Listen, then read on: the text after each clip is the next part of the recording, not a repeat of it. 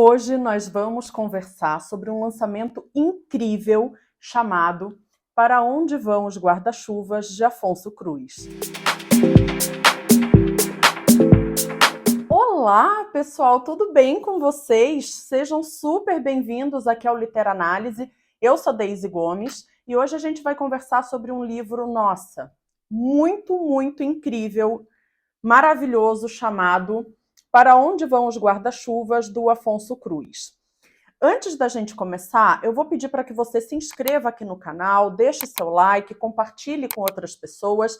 O Literanálise já existiu, então eu já tive o canal aqui com o mesmo nome, tudo igual, a gente chegou quase a 3.000 inscritos, mas eu tive um problema, me assaltaram, apagaram a conta, eu tive dificuldade de voltar, estou voltando agora, e muito, gente, por causa desse livro aqui. Sim, eu li coisas boas nos últimos tempos, mas esse livro me tocou tanto que eu pensei comigo, eu preciso compartilhar essa maravilha com mais pessoas. E por isso, estamos de volta com o Literanálise. Pessoal, esse livro é um lançamento da Dublinense. Falando sobre a edição, é uma brochura maravilhosa, super confortável, e isso é importante porque a gente está falando de um livro gorduchinho, ele tem um pouco mais de 500 páginas. Então, esse livro aqui, ele tem uma ótima mancha interna, muito confortável mesmo, e ele também tem algumas imagens que fazem alusão ali ao jogo de xadrez, mas são muito explicativas com a história, né? Tem muito a ver com a história. Então vejam aqui, por exemplo, né? A gente tem uma peça desfocada e a outra aqui muito em voga, né? Isso tem muito a ver com a história, daqui a pouco eu vou contar para vocês por quê. Então, gente, é dificílimo a gente encontrar resenhas aqui no YouTube sobre esse livro. A gente encontra, sim, algumas em língua portuguesa, né, português de Portugal, porque esse livro não é recente, não é uma produção recente do Afonso Cruz.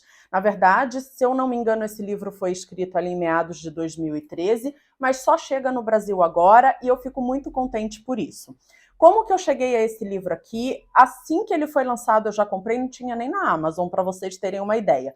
Comprei pela Dublinense mesmo, paguei um pouco mais carinho, mas valeu super a pena. Eu comprei no primeiro feriado de abril, chegou assim antes do feriado, eu devorei ao longo do feriado, eu li em 2 dias, porque eu não conseguia largar esse livro. Eu sigo a Rita Araújo, ela tinha 2 canais aqui no YouTube, não sei se ainda tem. Gente, olha a Bibi aqui, querendo fazer parte. Enfim, a Rita, ela tem a Energia dos Arcanos, que é um perfil também do Instagram, e ela tem o Livros que Li. E no Livros que Li, ela fala desse livro aqui, ela foi para Portugal, ela trouxe uma edição para ela, e ela fala com tanto amor desse livro, inclusive quando ela vai para Portugal e ela tem oportunidade, ela traz exemplares para dar para as pessoas que ela gosta, que eu já estava super interessada para ler. Eu tenho, sim, outros livros do Afonso Cruz aqui, não li ainda, eu comecei por esse e não me arrependo. Sobre o Afonso Cruz, ele é, então, um escritor de língua portuguesa, nascido em Portugal, numa cidade ali próxima do distrito de Coimbra. Ele nasceu no início da década de 70 e ele ficou muito conhecido aqui no Brasil, pelo menos eu passei a conhecê-lo muito mais, a partir de um livro que estourou ali no período de início da pandemia, chamado Vamos Comprar um Poeta. Se eu não me engano é assim, Vamos Comprar um Poeta. Eu vou deixar aqui em algum lugar a capinha para vocês verem.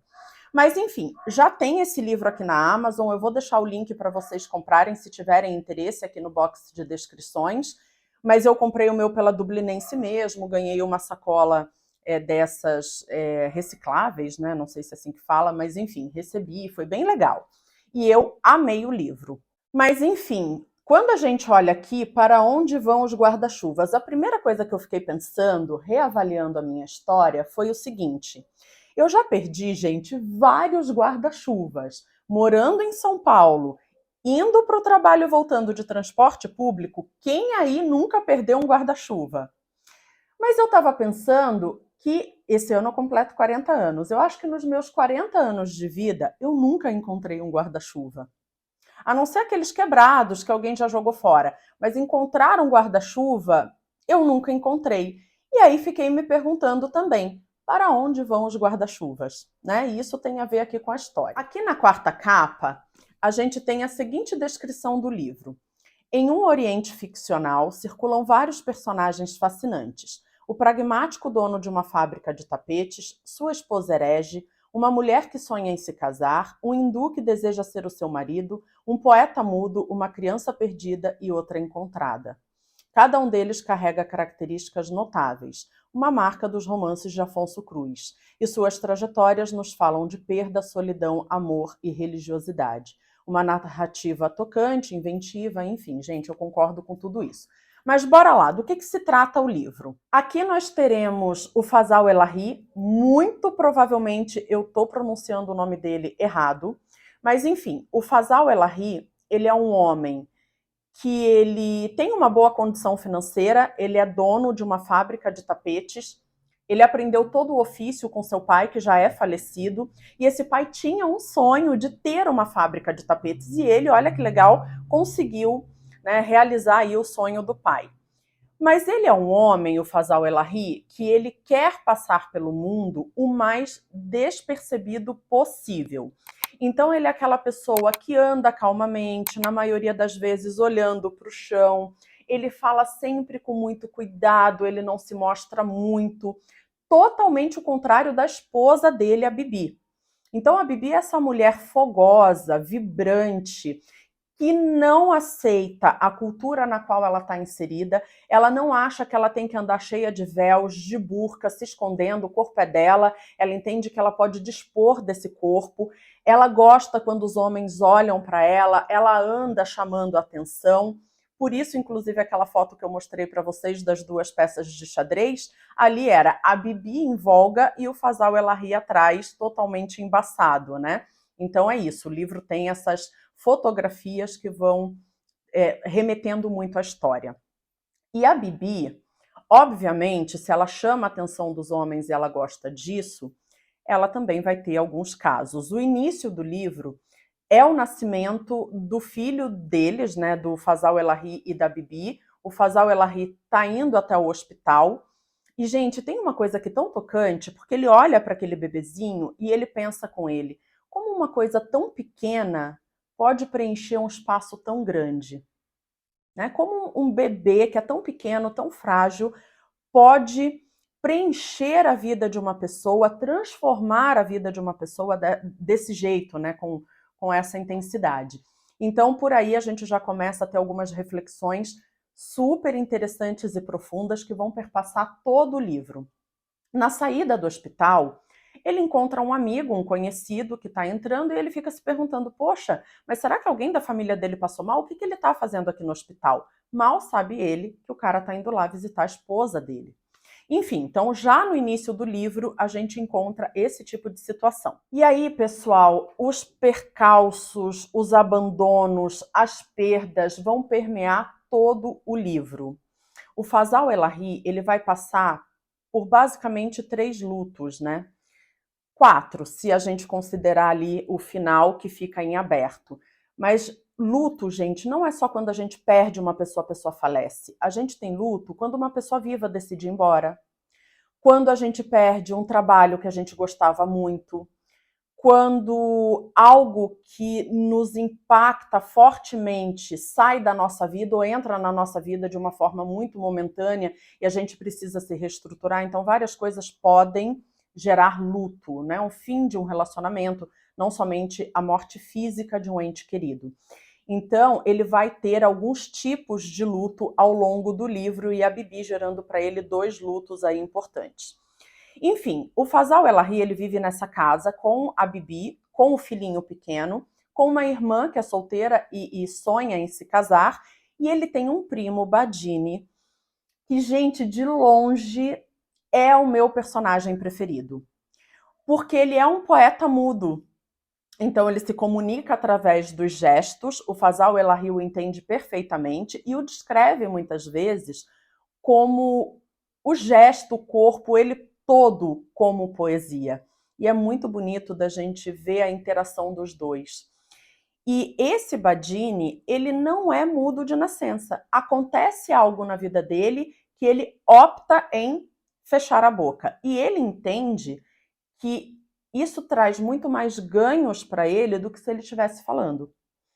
E a gente precisa lembrar que a gente está falando aqui de islamismo. E a gente sabe que tem toda uma violência, tem todo um quê espiritual e religioso que, como não faz parte do nosso dia a dia, talvez a gente não entenda muito bem, mas que para eles é super importante.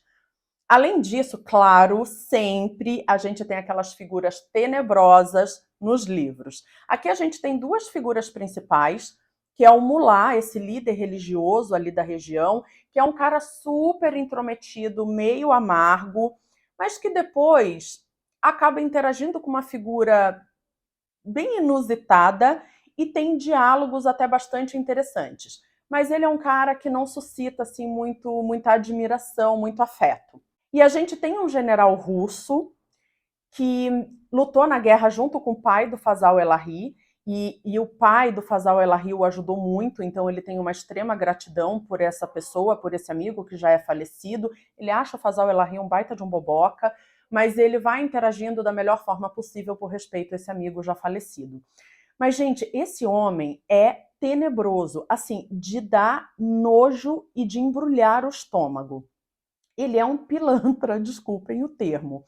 Então, tem uma árvore ali numa determinada região que as pessoas acreditam que é milagrosa.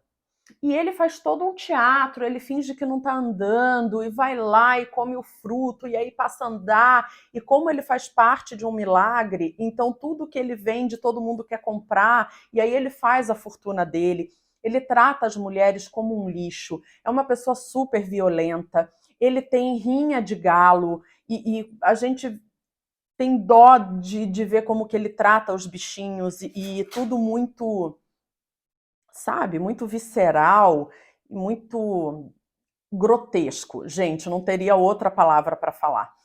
E esse general, ele comete crimes e ele é impune porque ele tem poder, ele é super influente, as pessoas têm medo dele, então ele faz, apronta e assim, não tem justiça, e é uma coisa que chega assim a gente, sabe, querer ir lá e esganar essa criatura. Enfim, mas a gente fica pensando, por outro lado, que talvez tenham pessoas assim no mundo real e que não são punidas, né? Então, eu acho que o Afonso Cruz, ele tem esse poder com a escrita dele de nos fazer refletir muito sobre questões do dia a dia, mesmo que ele esteja contando uma história muito distante de nós. Outro ponto, gente, que me fez assim refletir super. Aqui a gente tem a irmã do Fazal Elahi, que é solteira, ela quer se casar, e ela percebe que o tempo está passando, ela já não está tão novinha assim, e ela está meio que desesperada ali para casar. Só que ela sonha em casar com o filho desse general, que também não vale nada, e que inclusive é amante da Bibi, a esposa do Fazal Elahi. Então, assim, ela, claro que ela não sabe, ela suspeita que esse cara não vale tanta coisa assim, mas ela sonha porque ele é importante, porque ele é bonito, porque ele parece um ator de filme norte-americano. Então ela tem toda uma fantasia em volta dessa figura e aí, ali ela vai projetando toda a esperança dela de amor. Só que no meio da história aparece uma figura muito inusitada, um indiano que é super simples, com o coração super aberto e que se apaixona por ela de uma tal forma, é um amor devocional, é tão bonito de acompanhar. E ele chega para o Fazal Elahi e expõe isso, que ele tem interesse de casar com essa irmã. Mas imagina, ela fica doida de saber, né? E aí eu fiquei pensando, puxa, quantas vezes ao longo da vida a gente insiste numa pessoa, num relacionamento, num emprego, seja lá no que for, que está nos machucando ou que é impossível e tem uma porta, uma pessoa muito melhor aqui para a gente não consegue ver, porque se tem todo um apego, uma projeção que foi feita em outro objeto, né? Então, isso também é uma coisa que eu fiquei encantada de ver. Eu vejo muito isso, gente, no meu dia a dia. Eu sou consultora de carreira, eu trabalho com recursos humanos há 20 anos, eu sou coach de carreira, E as pessoas me procuram às vezes, é porque eu tô tão triste no meu trabalho, eu tô chateada, mas eu não consigo mudar, não consigo sair, ou sair de uma empresa, fui para outra, mais ou menos a mesma coisa. E quando a gente vai ver a fundo, essa pessoa ela tem um apego por aquele modelo e ela não se dá conta, porque obviamente muitas vezes isso é inconsciente. E ela tá dando murro em ponta de faca porque ela não consegue soltar um modelo, uma crença que já está arraigada. E aí a gente precisa fazer todo um processo de transformação. Claro que eu, acompanhando todo esse processo, fico felicíssima de ver a evolução, né, o crescimento, o aprimoramento das pessoas, mas aqui isso ficou muito retratado, né? Como a gente acaba dando murro em ponta de faca, pondo as nossas projeções em objetos que não são bons e do lado tem coisa muito melhor e a gente não consegue enxergar ou a gente até se revolta porque não é exatamente o que a gente imaginou, o que a gente sonhou, não é aquele modelo que a gente colocou na nossa cabeça, né? Enfim, a gente tem aqui também, muito interessante, vários ensinamentos persas. Então a gente tem um livro dentro do livro. E eu adoro essa intertextualidade. Bom, gente, eu disse para vocês que o Fazal El-Ahi ele vai passar por alguns lutos e eu não quero dar spoiler, mas em um dado momento da vida dele, por ele ter passado por esses lutos, ele dá abertura para uma pessoa entrar na vida dele, né? Ele vai ativamente atrás de alguém e o caminho dele se cruza com essa pessoinha e ele traz essa pessoa para dentro da vida dele, para o núcleo familiar. E essa pessoa já sofreu tanto, e quando a gente vai. Gente, é uma desgraceira. Eu adoro livro assim, com um monte de sofrimento. Mas quando a gente vê o tanto de coisa triste que aquela pessoa já vivenciou, o nosso coração sangra junto, sabe?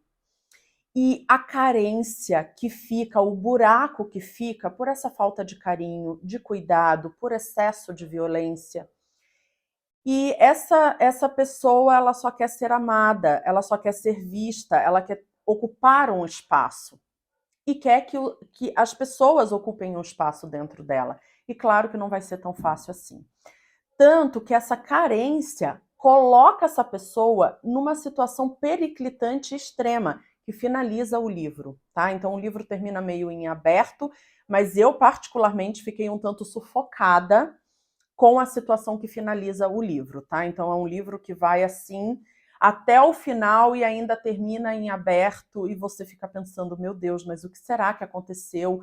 Alguma coisa tinha que acontecer, alguém tinha que ir ali salvar, a gente fica nessa angústia, né? Então um livro bastante angustiante nesse sentido, mas também um livro muito bonito. O Fazal El-Ahi, ele tem uma visão do mundo,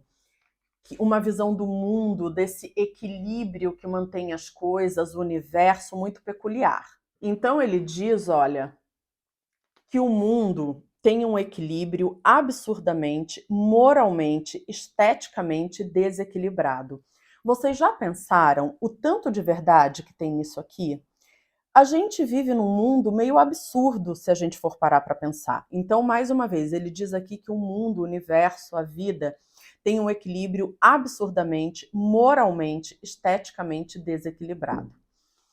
Aqui a gente também vai encontrar conversas do Fazal El-Ahi com esse indiano que se converte para casar com a irmã dele. Veja, o amor é tão grande que eu me converto, eu abro mão da minha cultura, da minha religião, para aceitar a sua e te ter na minha vida. É um amor muito devocional e ela aqui com a cabeça lá no pilantra, gente. Ai, olha, triste de acompanhar. Mas enfim, esse indiano, ele acaba sendo incorporado ali no seio familiar, primeiramente por uma amizade, e é muito interessante as conversas filosóficas que ele tem com Fazal El-Ahi e com Badini.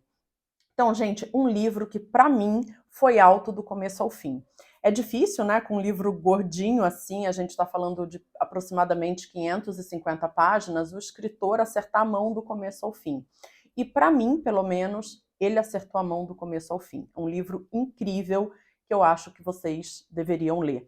Um livro que, por ser inédito, lançamento, tá com preço um pouco salgadinho, mas para mim, pelo menos, valeu o investimento, tanto do dinheiro, do tempo, enfim, uma leitura incrível. E eu queria dizer uma coisa para vocês. Eu estou num processo da minha vida em que eu estou revisitando muitas coisas. E esses dias eu parei para pensar, eu disse assim, puxa, eu acho que eu mudei tanto que eu não sei se aqueles livros que eu tinha como os meus preferidos da vida se ainda se mantêm. Esse aqui, com certeza, a gente entra para a lista dos preferidos da vida. E não entra assim, lá no top 10. Não, gente, entre um dos primeiros, assim, dos preferidos da vida. Eu estou até relendo, né, O Morro dos Ventos Uivantes, que sempre foi o meu livro preferido da vida, e talvez não seja mais. Então, também nesse processo de mudança, eu gosto muito do que a literatura traz para mim de vida, também nesse sentido, né? Eu me reconheço através dos livros que eu leio, do que eu gosto de discutir, isso vem mudando e é bacana ver essa mudança, né? Então, esse livro aqui entra, inclusive, para a minha lista dos preferidos da vida. Você quer mais para ler o livro? Olha, eu acho que você sim deveria dar uma chance. Escreve aqui para mim nos comentários se você ficou interessado, interessada, se você já leu o livro, de repente você tinha ali uma edição em português de Portugal e já leu, ou se você for ler lá no futuro, volta aqui depois, coloca para mim os teus comentários, eu sempre gosto de ler, de interagir. Gente, se inscrevam no canal, a gente está de volta, eu espero que a gente volte a crescer, que a comunidade volte. Se inscrevam, deixem o like, compartilhem. Gratidão por vocês terem vindo aqui, me ouvir, me assistir, obrigada mesmo. E a gente vai se encontrando em outros vídeos aqui no canal.